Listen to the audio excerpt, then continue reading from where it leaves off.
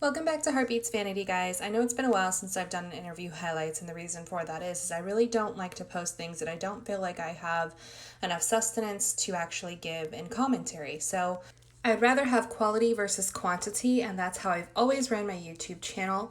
So I'm going to go ahead and dive into the interview highlights today with a few of the topics that were talked about. But before that, I wanted to kind of address something really quickly. Being on YouTube has brought me so close to a lot of people that I would have never met online had I not been on YouTube. But also, it has brought some great stress in my life, and one of those stresses being the social media part of it. So I wanted to give you guys an opportunity to know which Twitter account is actually mine and not ran by somebody else. So I'm going to link it for you guys in a little picture. And if you guys would like to follow me on Twitter, you guys can follow me on Twitter. I would absolutely love to see you guys there. And my DMs are open for anybody who wants to reach out for any questions or links to my Discord or my Patreon to further our connection and discussion. So without further ado, let's begin with the highlights.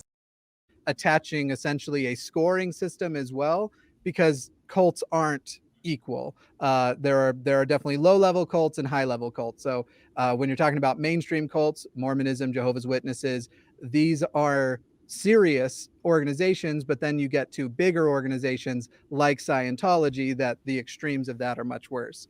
The bimodel is broken up into four things: behavior control, information control, thought control, and emotion control.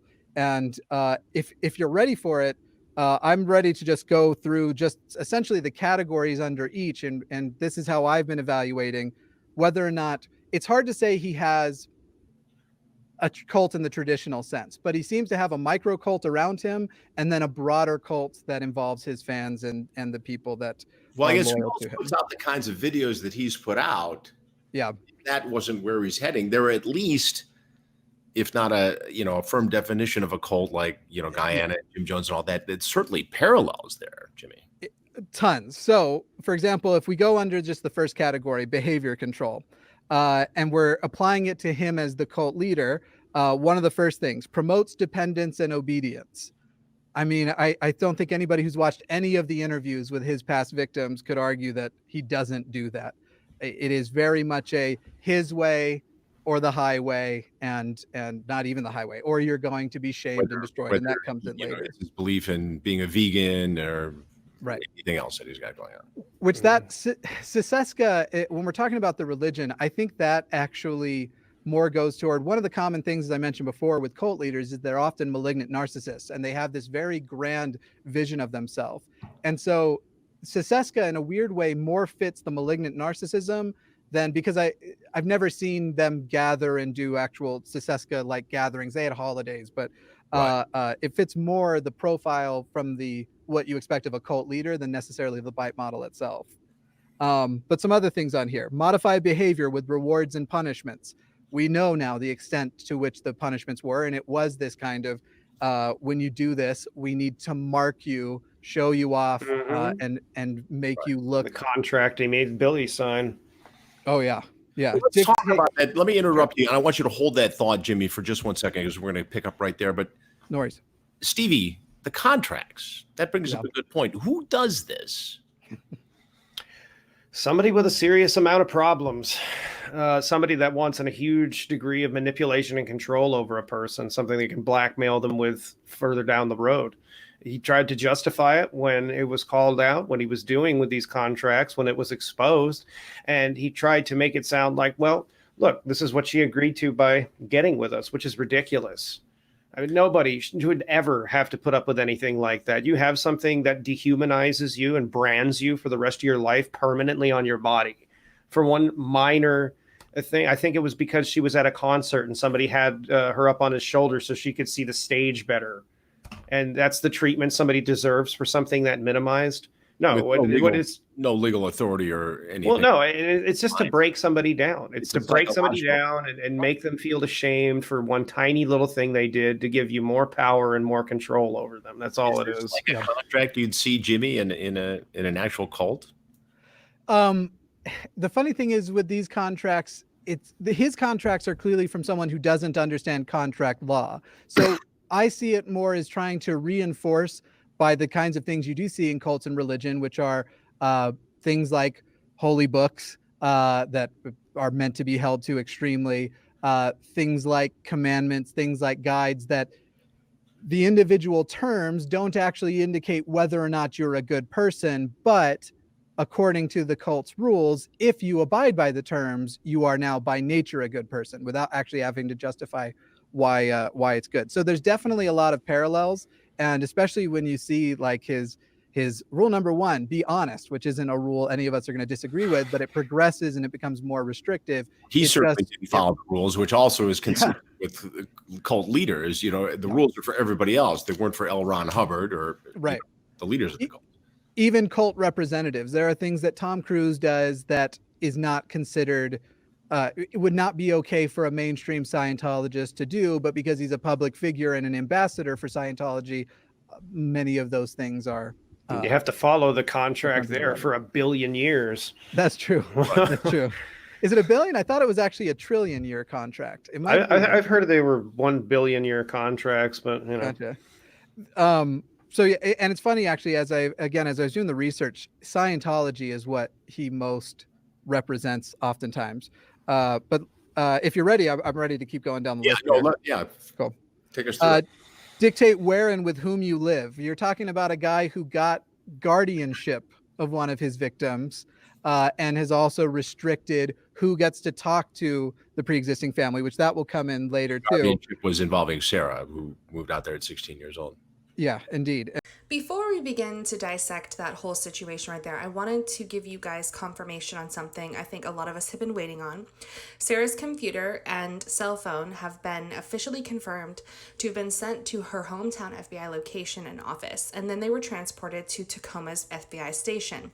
This is something that brought a lot of disappointment to a lot of us when we found out what truly had happened with those devices and the whole way that they were handled.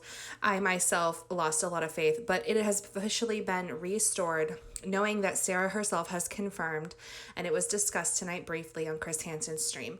So I just wanted you guys to know that there is some progression and hope with this.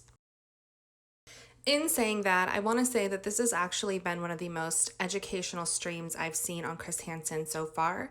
Jibby Snow, the Atheist on YouTube, is the name that he goes by on YouTube, actually did a wonderful job and was super informative with the platform that he was given, and I really actually just subscribed to his channel, and I've been watching some of his content since then, and just some of the information that he gave was just really, really good to have under your belt, especially if you are a newer YouTuber or a seasoned YouTuber.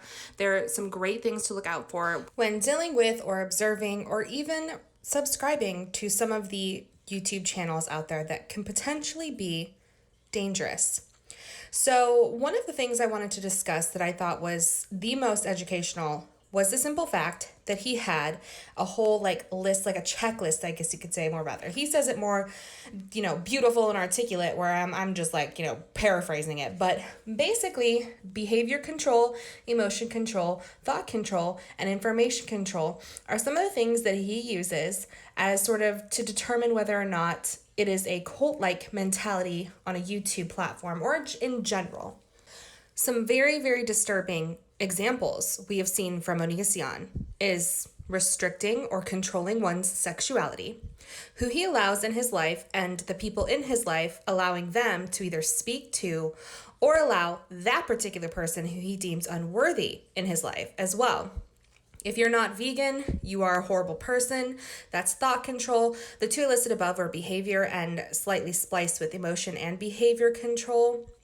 The contracts are information control.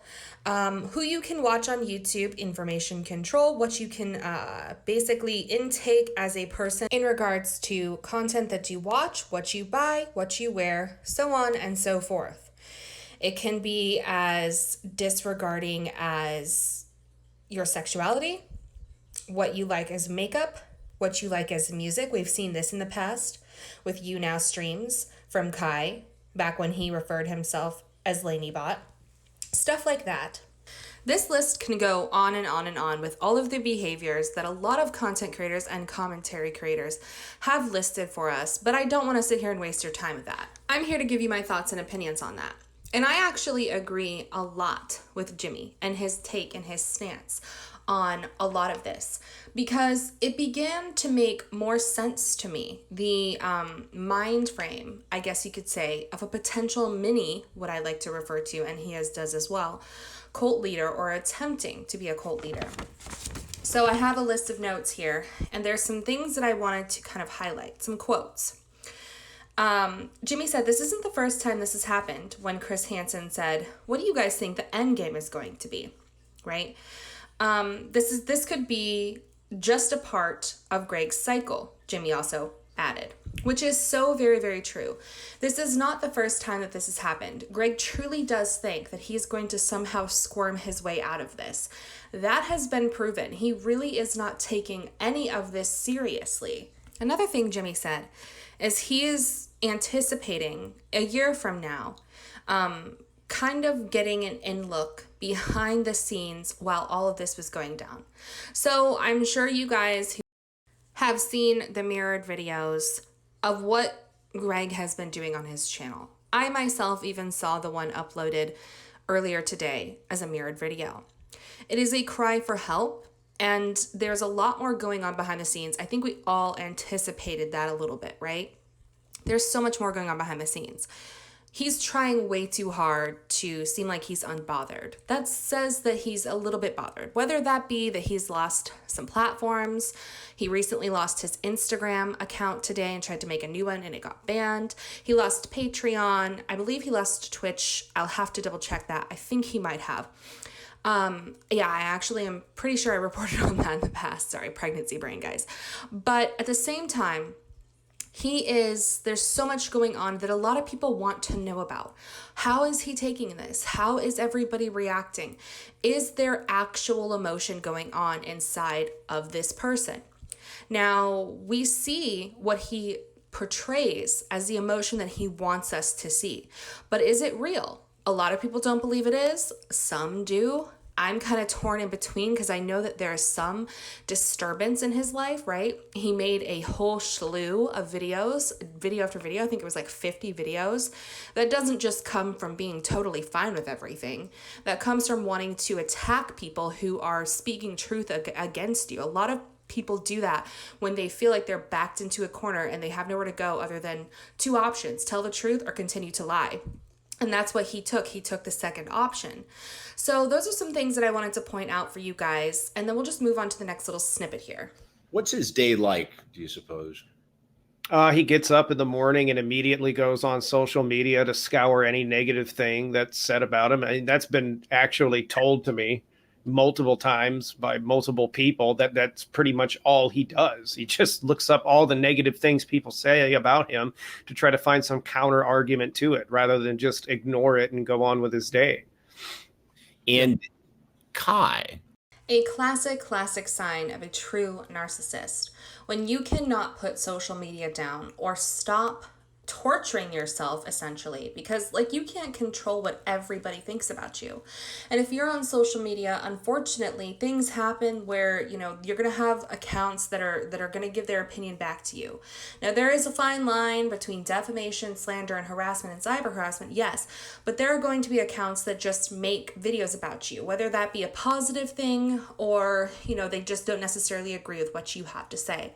The fact that he gets up and starts his day off that way means he cares way too much about what other people think about him. Now, everybody to a certain degree does care about what people think about them, right? But I don't find myself in the morning, especially when I know, like, you know, there's accounts out there, like parody accounts of me, for example. I don't find myself in the morning, the very first thing that I'm doing is going and checking these accounts to see what they've said.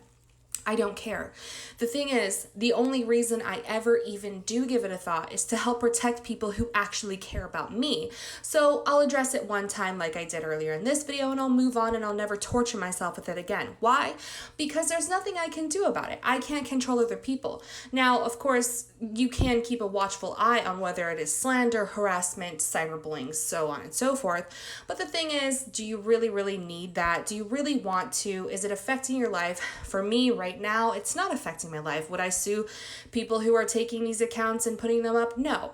Does it get to a point where sometimes people harass you on YouTube and, begin to cross that line? Yes. There is a fine line. But what I see with his particular situation is that he has people who have over, a long period of time observed his behavior, and they find and take great issue because of the amount of pain that is being caused. Now, some people do take it overboard. I will say not every commentary video on Onision do I agree with. But there are a lot of great content creators, Stevie Wolfe included, who give their perspective in a healthy, logical way. Yes, is their emotion evolved? Absolutely. But, it's not to the point where it's like going to detriment this person's life. It is just observing behavior. People make mistakes, but they're Onision, Greg, whatever you want to call him, and Kai, the fact of the matter is they've crossed the line way too far. It goes beyond YouTube. It goes into real lives. They're affecting real lives for the rest of these people's lives. That is a problem. If he has to wake up each day and go and check things, and the fact that he isn't looking at himself and his behavior and saying, well, maybe I can start there. Maybe I can get help. Maybe I can do something about what is the common denominator? What's the cause? Maybe I can do something about that. That says a lot. That is very narcissistic. That is a very problematic person and a dangerous person. So Kai, that they would have control over certain social media and certain accounts. They try to control the narrative as well. So they're complicit with it as well. So, Jimmy, following the cult model here, cult-like model here in this case, so he's got to feel the pressure. I came knocking on his door. The police showed up at that house or had police-related calls some 19 times in 2019 alone. What happens to a guy of this mentality when his egotistical, narcissistic world starts to close in on him? I think that, yes, you're going to see him lash out more. Yes, you're going to see the tactics become more dire. But again, in talking about the malignant narcissist profile, I don't think there's going to be a moment, even if he is sitting in prison, which, I'll be honest, that's what I'm hoping for. Even if he's sitting in prison, that he won't think he's going to figure out a way out of it all.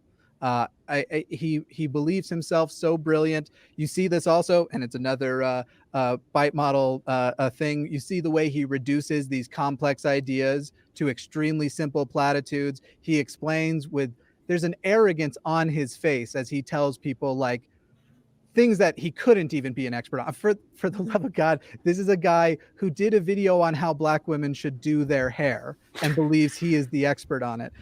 I'm only floating around like about maybe 40,000 subscribers right now. He is in the millions. I know that once you get to a certain point, you have access to different tools than other YouTubers. That's been the way it's been for years now.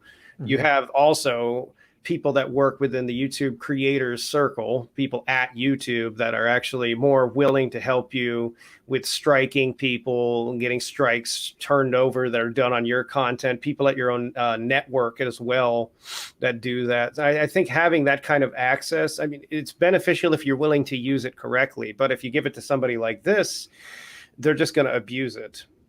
Do you think he is this powerful because of when he got involved here and because of how much money he made for? Yes, I do. He was one of the first big YouTubers, like big in the sense where he was a huge collaborator. He got a lot of views. When this all became a big thing on the internet, YouTube was still new. It was new content. People could make this kind of stuff from home. They didn't have to be tied to like a TV network or something like that. There was a lot that was gone over in that about 3 minutes. And to be totally honest with you, there's some things that I'm torn on that I'll get into actually on a live stream tomorrow. If you guys want to show up to the channel, I'm going to have an extra live stream this week, and I'm going to try to make it around 7:30 Eastern Standard Time for you guys if you guys want to check that out. Long story short, though, basically, Greg does not see his actions as wrong. He doesn't. He thinks he's the victim in everything. He thinks that he has been wronged by YouTube and the people coming out against him. That's a problem. That is a huge problem because not a lot of people actually truly to the core, unless you are 100% narcissistic, can actually view that and display it so clearly like he does.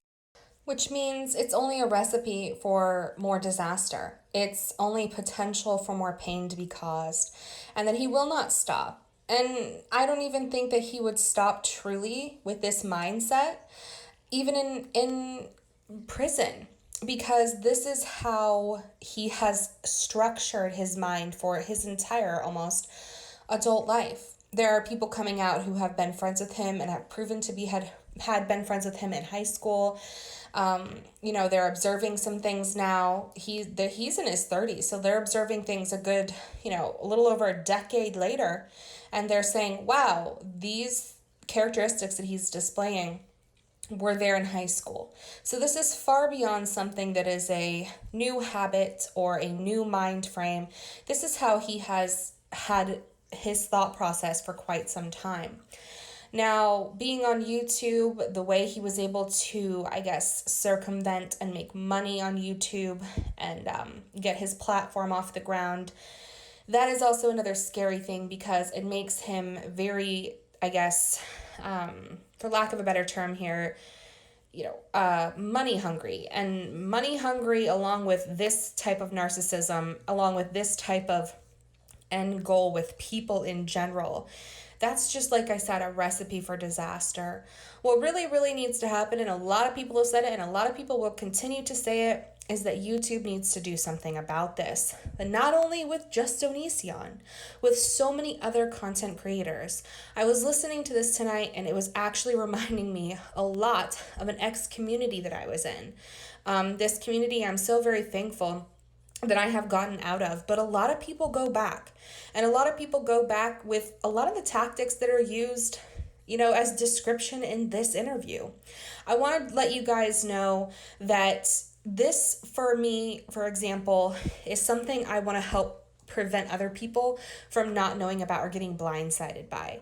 If you're a newer YouTuber and you're seeing this and you find it interesting, maybe try to watch out for things like this in the future to help protect yourself, not only yourself, but with this type of community comes a lot of interesting, and that's a nice way to say it, select people that roam around these communities. A lot of these people find it hilarious to torture you, to dox you, to make fun of you, to mentally manipulate and hurt you because I don't understand truly the thought process, but that's what they enjoy in some sort of level, or that's what they need on some sort of level.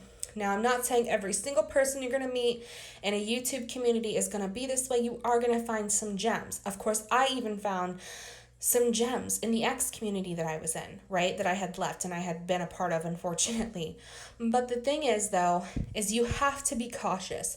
On the internet, it is dangerous because of the fact that not only do the TOS systems not always hold up and stand up, but the people behind the TOS systems don't necessarily want to take any responsibility, but also the people on the platforms prey on that. So be mindful, try to educate yourself, make sure you're using a VPN, don't share your locations on things, make sure your phone locations are off if you don't want that information out there, so on and so forth. It is absolutely okay to have an internet name. My name's HeartBeatsVanity. The only reason I tell you guys my first name is because it was doxed and so on. I would have never done that had that not happened. But, we live, we learn. It actually made me more connected to you guys. And it was a very huge learning experience for me. Unfortunately, it came at the great cost of putting my information out there in a very scary way that made me learn these lessons the hard way. And that's what I want to help prevent for anybody out there that's watching this that could gain something from this commentary. Thank you guys so much, and I just wanted to let you guys know that I finally have my Patreon up and running. The link's in the description box below. It's very cheap to subscribe. You get content early, one weekly stream for the top tier of $5. A lot of different things I've listed to help build that connection. I also have a Discord if you guys would like to come chat with me on a daily basis. I dedicate about an hour's time to chatting with people in my Discord on a daily basis. I would love to see you there. Again, follow my Twitter if you guys want to, subscribe and like the video, and kiss the stars.